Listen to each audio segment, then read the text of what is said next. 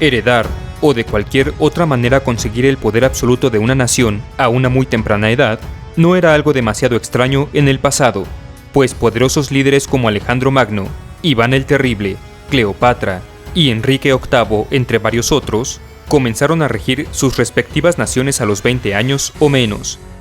Sin embargo, aunque ellos puedan parecerte demasiado jóvenes para sobrellevar con eficacia las responsabilidades de un monarca, existieron también algunas otras figuras históricas quienes, por diversas circunstancias, tuvieron que asumir dicho papel cuando eran todavía niños. Algunos de ellos incluso cambiando la historia a su alrededor para bien o para mal.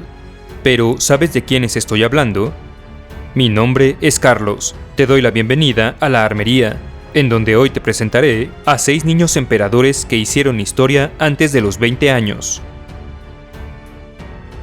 Número 6. María I de Escocia. Para cuando tenía 18 años cumplidos, Mary Stuart ya había sido reina de 2 naciones distintas, primero de Escocia cuando solo tenía 6 días de nacida y después de Francia. Verás, Mary era la única hija legítima del rey escocés Jacobo V, por lo que a la muerte de este, la recién nacida ascendería al trono de dicho país en 1542, aunque siendo por supuesto demasiado joven siquiera para hablar o caminar, y ya no digamos para gobernar. Fieramente buscada por el rey Enrique VIII de Inglaterra como futura esposa para su hijo Edward, las tensiones políticas entre ambos países llevarían al Parlamento escocés a rechazar el compromiso, por lo que Mary sería refugiada en varios castillos de la región después de que Enrique invadiera Escocia para forzar el matrimonio. Finalmente, para mantenerla fuera del alcance del rey inglés, Mary sería llevada a los 5 años a Francia, en donde a la edad de 16 contraería matrimonio con Francisco II, rey de dicho país, quien sin embargo perdería la vida solo 2 años después debido a una infección del oído. Regresando a Escocia en 1561 todavía como reina, 6 años después una sublevación la obligaría a huir hacia Inglaterra, en donde caería presa durante 19 años antes de ser ejecutada por participar en el complot de Babington para asesinar a la reina Elizabeth I, protestante, y colocar a Mary, católica, en el trono inglés. Número 5. Heliogábalo. Tomando el poder del Imperio Romano a la edad de 15 años, el reinado de este sacerdote y noble nativo de Siria, sin embargo, estuvo lleno de controversia, habiendo comenzado su mandato en el año 218 gracias a una revuelta ocasionada por su abuela y su madre, quienes proclamaban que Heliogábalo era el hijo ilegítimo del fallecido emperador Caracalla.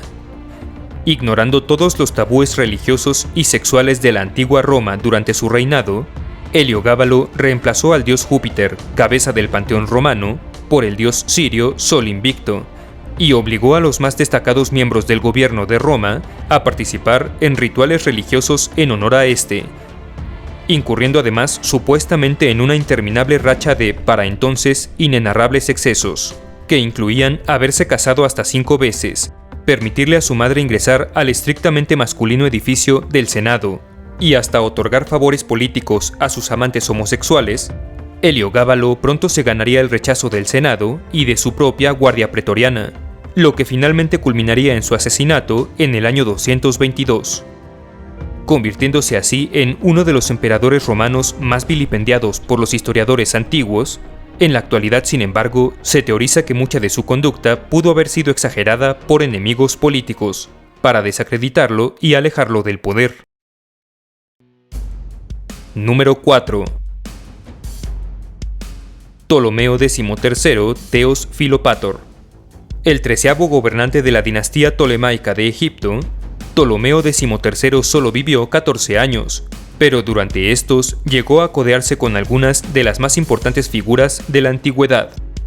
Habiendo ascendido al poder en el año 51 a.C., a la edad de 11 o 12 años, el joven faraón sin embargo pronto vería opacada su propia imagen por aquella de su hermana Cleopatra, con quien por cierto se hallaba casado de acuerdo a la antigua tradición egipcia. Celoso del creciente estatus de su hermana como reina individual de Egipto, con únicamente el rostro de ella siendo grabado en las monedas, o solo su nombre escrito en los documentos oficiales, Ptolomeo, junto a su tutor el eunuco Potino, conspiraría para expulsar a Cleopatra de Egipto, huyendo esta última a Siria temporalmente.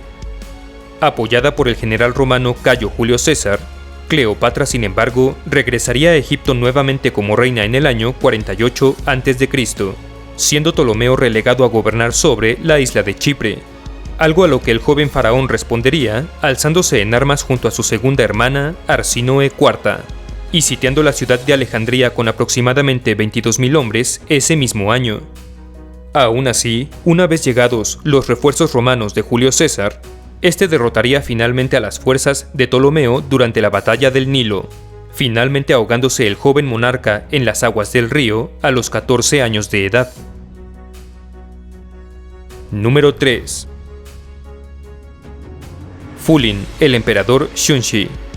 El tercer emperador de la dinastía Qing, Fulin tenía solo 5 años cuando ascendió al poder chino en 1643, después de la muerte de su padre, gobernando la región bajo la tutoría de su tío Dorgon durante los primeros 7 años de su mandato, tomando las riendas del imperio completamente a partir de 1650 a sus 12 años. El ya entonces conocido como emperador Shunshi se aliaría con varios muy influyentes eunucos de su corte para evitar cualquier tipo de movimiento político interno en su contra.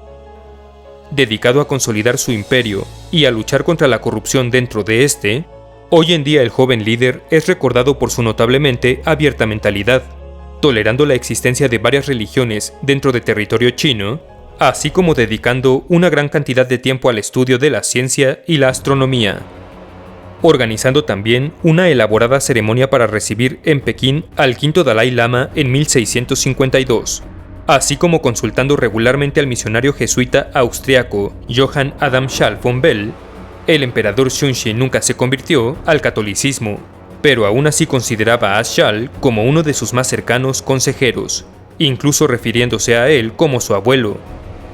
Gran apreciador también de las artes chinas como el drama y la caligrafía, desafortunadamente Shunshi perdería la vida a causa de la viruela a la corta edad de 22 años. Número 2. Tutankamón. Más famosamente asociado con el descubrimiento de su tumba en 1922, Tutankamón fue un faraón egipcio de quien se piensa gobernó durante solo 10 años, en el siglo XIV a.C., tras haber heredado el trono a los 9 o 10 años de edad y gobernado inicialmente bajo la dirección de diversos tutores y consejeros. Sin embargo, mientras que su reinado no marcó una época particularmente significativa para la historia egipcia, Tutankamón sí instituyó varios cambios de importancia en la sociedad del antiguo Egipto, principalmente al revertir algunas de las reformas más controversiales de su padre Akenatón, también conocido como el Rey Hereje.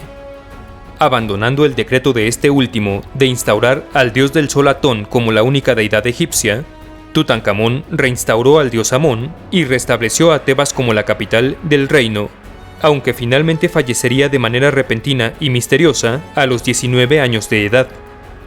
Por supuesto, su contribución histórica más notoria llegaría solo 3.200 años después de su muerte, al ser descubierta su tumba por el arqueólogo británico Howard Carter dentro del llamado Valle de los Reyes, como uno de los sitios fúnebres egipcios mejor preservados de la historia.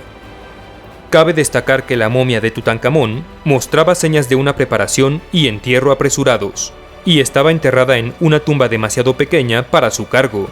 Se cree que debido a su inesperada muerte. Número 1. Balduino IV de Jerusalén.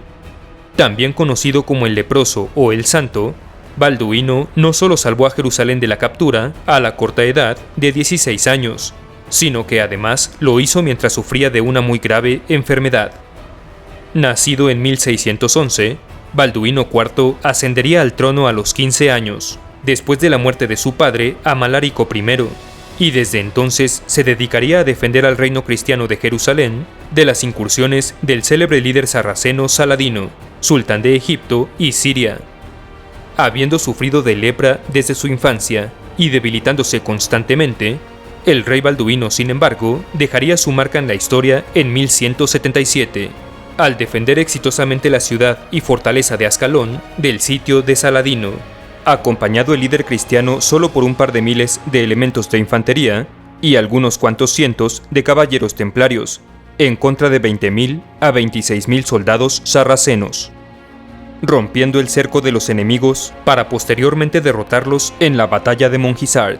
Aún a pesar de la superioridad numérica de estos, Balduino lograría firmar un tratado de paz con Saladino, para finalmente regresar a Jerusalén y ser recibido como un héroe.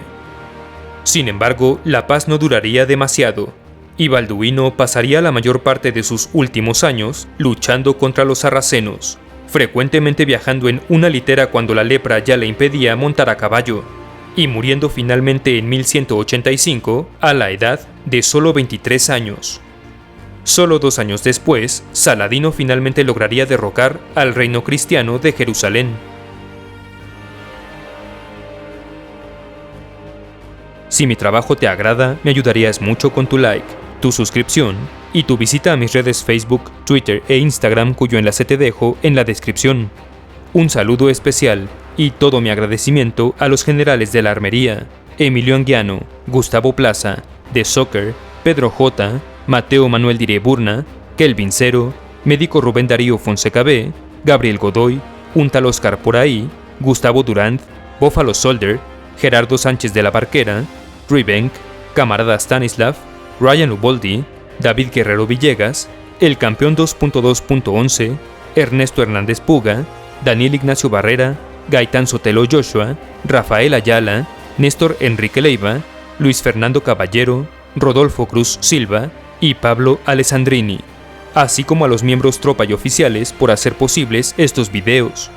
Muchas gracias y hasta la próxima.